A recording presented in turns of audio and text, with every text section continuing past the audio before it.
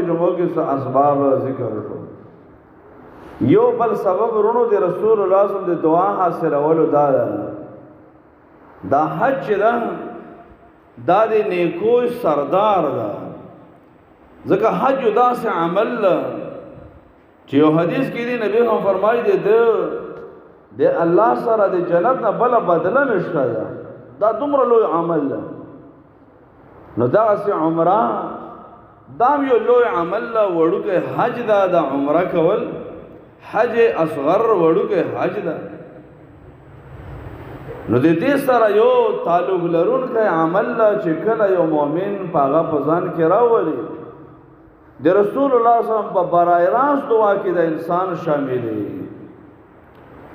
امام بخاری رحمه الله، مسلم رحمه الله او نور محدثینو دا حدیث ذکر کړی ده چې رسول الله صلی الله علیه وسلم یو کرات دعا کوله، د رحم دعا نبی صلی الله علیه وسلم کوله، اللهم ارحم المحلقین. یا الله چې څو حج عمره ته لاړ شي، ځکه دا حلق داسې عمل ده چې دا ځای کې دا ارو حلق ته نه ده شامل چې سړی سر وخروي. نه دا چې کله سړی عمره وکړي صفا او مروه د هغه سعی وکړي او دې نه بعد بیا دا خپل ویښته مکمل وخروي، سر گنجی کی. دا ویښته چې دي دام د انسان دپاره یو زینت او یو ډول ده، خو انسان د الله دپاره ځان عاجز کړي، الله دپاره ځان په یو کمزوري شکل باندې کړي، دا ویښته د ځان نه لرې کړي، حلق وکړي. نبی صلی الله علیه وسلم فرمایل چې یا الله دغه حلقونکو باندې چې سر مکمل وخروي او گنجی کړي، یا الله په دې انسان باندې رحم وکړي. دا ډېر لوی خوشنصیبي ده. دا ویښته دي موږ دومره ضروري نه دي، دا دومره ځکه دا ویښته به بیا راغټ شي. داسې انسانان شته دي چې هغوی د دې وجې نه عمرې ته نه دي چې یاره بیا به ویښته کټ کوو. هغوی غریبان چا په دې باندې پوه نه کړو چې نه یو بل کار هم په دې کې ویښتو کې شته ده چې هغې ته قصر ویلی شي. اگر چې د ټولو نه غوره او بهتر دا ده چې انسان مکمل سر وخره. نو دا دومره اهمیت دا ویښته نه لري. دا د سر گنجی شي، انسان د عاجز شي، یا په الفاظ خیر دي چا په نظر کې د ښه نه ښکارېږي. خو نبی صلی الله علیه وسلم دغه انسان ته دعا کړې ده، اللهم ارحم المحلقین. یا الله چې د سایې نه بعد د صفا او مروه نه بعد کوم انسانان د سر پاک وخروي، الله به د رحم وکړي. صحابه کرامو فرمایل والمقصرین یا رسول الله،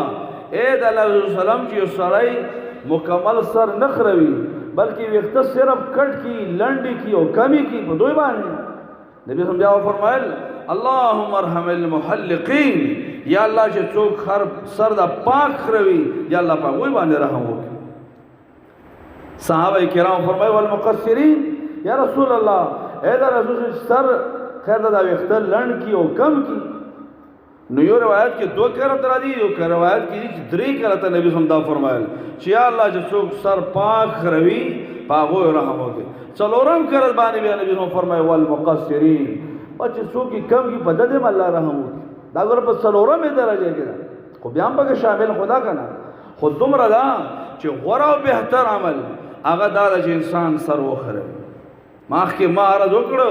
چې موږ دا ویښته دومره زیات اهمیت نه لري، دا ظاهري زینت ظاهري ډول دومره اهمیت نشته دی لکه څومره د رسول الله صلی الله علیه وسلم د دعا اهمیت ده. الحمدلله چې کله حج عمرې ته سړی راشي اکثر خلک په دې باندې عمل کوي چې سر پاک وخروي. او دا د رسول الله صلی الله علیه وسلم د دعا چې ده دې زیات اهمیت ده. خدا د رسول الله صلی الله علیه وسلم دعا اهمیت د دې د ټولو نه لوی زیات احساس کوونکي خلک صحابه کرام. صحابه کرام به داسې موقع تلاش کولې چې د رسول الله صلی الله علیه وسلم په دعا کې د رسول الله صلی الله علیه وسلم په سوال غوښتلو دی رحم او د برکت او د سلامتی په دې کې ځان شامل دي. دې لپاره به موقع تلاش کولې. لکه حدیث دی مسند احمد کې دی رسول الله صلی الله علیه وسلم یو کرت د سعد ابن عباده رضی الله عنه دا سردار د قبیله و د کور ته لاړ. چې کله رسول الله صلی الله علیه وسلم د کور ته ورسېد نو نبی صلی الله علیه وسلم سلام واچو السلام علیکم. دغه طریقه دا د ورونو شرعي طریقه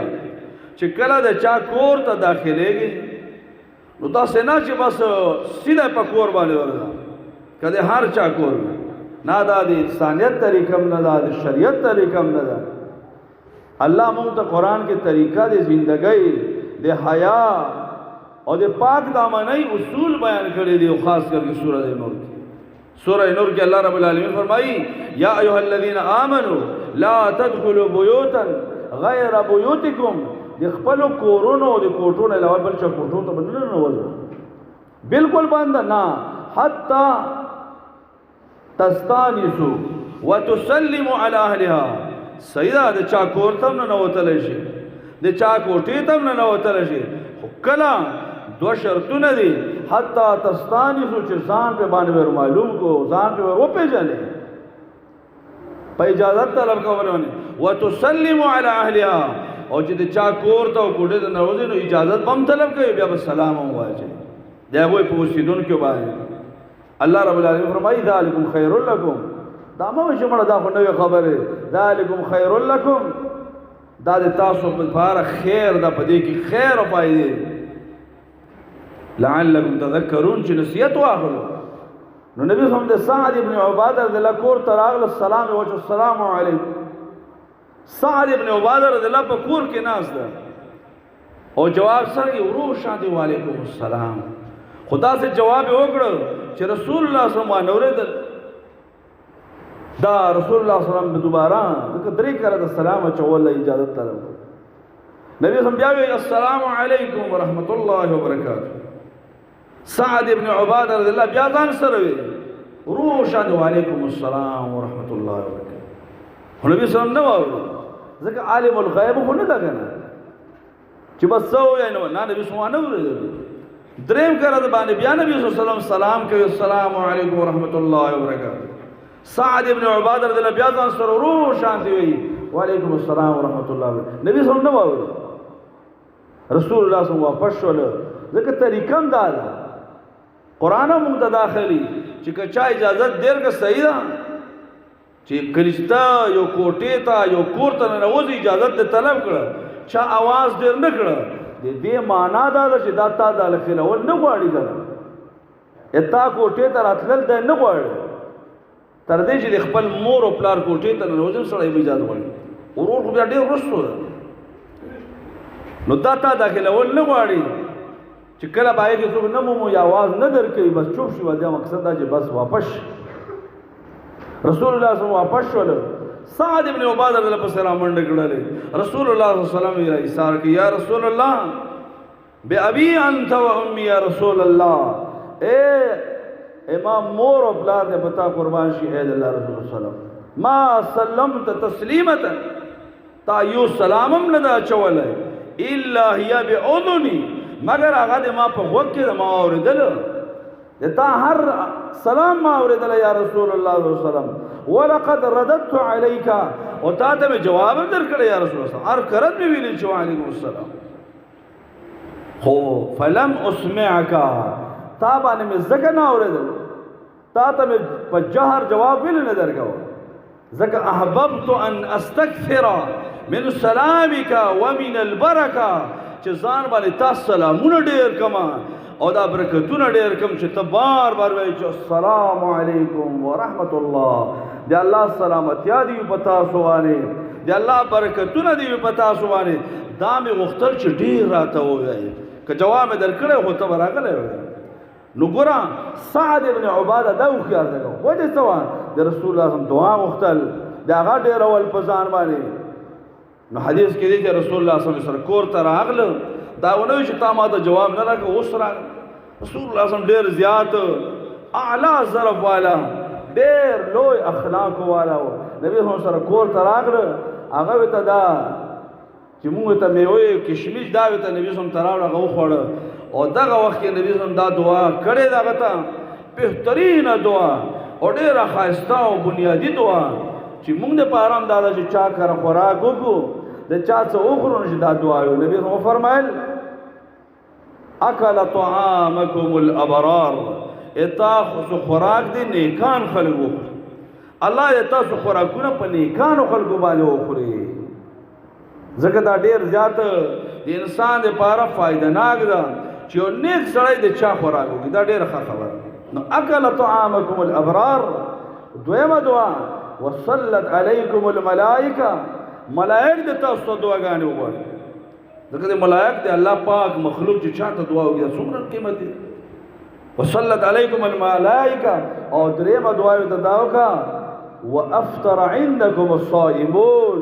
روزدار دې تاسو کړه روزي ماده کی دا ډېره قیمتي خبر ځکه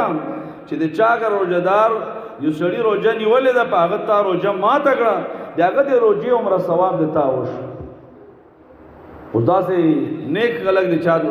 هغه به بهترین روزه نیولې دغه د کامل روزه ثواب ده. نو نبی صلی الله علیه وسلم دا دعا وکړه په هر صورت صحابه کرامو په داسې موقع تلاش کولې چې رسول الله صلی الله علیه وسلم ته دعا وکړي. نو ګوره دا ډېره اهم ده چې سړی حج ته لاړ شي عمرې ته او هغه ځای کې مکمل حلق وکړي. نبی صلی الله علیه وسلم درې کاله د انسانانو ته د رحم دعا وکړي. یو د هغه اسباب نه دا ده ورونو چې مو تاسو خبره کوو نو د خیر خبره وکړو او چې چوب شو نو د بد نه چوب شو. شیخ البانی رحمه الله اصل سلسله صحیحه کې دا حدیث ذکر کړی رسول الله صلی الله علیه وسلم فرمایي رحم الله عبدا الله دې په اخ بنده باندې رحم وکړي قال خيرا فغنم خبره کوي نو خبره وکړي غنم غنیمت فائدہ واغستا داد شابسه واغستا او اجر او ثواب واغستا خبره وکړه د خیر خبره وکړه او سکت عن سوء فغنم یا چوب شول نو بس بچ پاتې شول. ځکه انسان سره ورونو د دې مقصد څه ده چې مو تاسو خبره کوو کوشش دا وکړي خیر خبره وکړو او کله چې یو خبره بده ذهن ته راشي نو پکاره چې اوس دنیا سوچو یاره دا خبره بده ده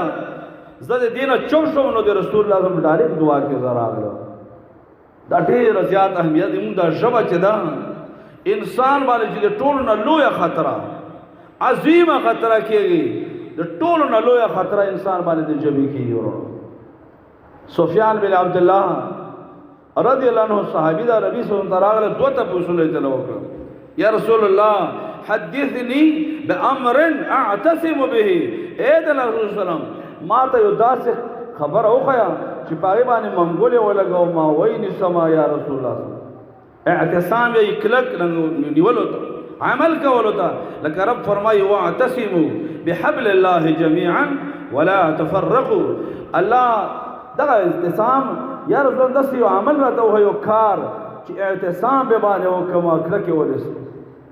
نبی صلی الله علیه وسلم فرمایل قل ربي الله ثم استقم. دا امر دادا چې دا اقرار وکړه چې رب دې ما الله دا ثم استقم بیا په دې باندې بس کلک شي دا کلک ونیسه دا زندګۍ کې بس خپل منشور جوړ کا دا خپل عمل جوړ کا چې رب مې الله دا په دې باندې بس کلک شي. هغه بل عرضو کې یا رسول الله یو بل تپوس کوم یا رسول الله صلی الله علیه وسلم ما اخوف ما تخاف علی. اے د الله صلی الله علیه وسلم امام متعلق د ټول نه زیات یاره ته په کوم شي باندې یاره یعنی هر انسان متعلق دا ده چې د ټول نه لویه یاره غټه خطره دا د څه ده رسول الله صلی الله علیه وسلم د خپل زبان مبارک دا ونیو طرف او وی فرمایل هذا دا شی چې دا د ټولو نه زیات دی یره ول. دیو جناب عبد الله بن مسعود رضی الله فرمایل چې انسان ډیر سيزونه قید کوي تړي انسان ډیر سيزونه لکه خپل مال مته سړی تړي خپل ډیر سيزونه زناور دي مرغان دي هغه قید کوي. نبی صلی الله علیه وسلم فرمایي عبد الله بن مسعود رضی الله فرمایي د ټولو نه انسان قید کولو لایق څه شي د انسان خپل جواب دا ډیره زیاته خطرناک ده. ځکه کله کله به ورونو د مونږ یو خبره به داسې وي په دې ژبې باندې داسې به ګڼو چې مړه دا خو پروانه ده دا خو معمولي خبره ده هغه به د هلاکت سبب جوړ شي. کله کله به د خیر خبره ته معمولي ګڼې هغه به داسې شي چې انسان به نجات ورګي خلاصي ورګي. القمه رحمه الله دا د عبد الله بن مسعود رضی الله شاګرد هغه په اکثر دا فرمایل کم من کلام قد منعنی حدیث بلال بن حارث ډیرو خبرو مونږ دی بلال بن حارث حدیث منع کړو د ډیرو خبرو نه مونږ دی بلال بن حارث حدیث منع کړو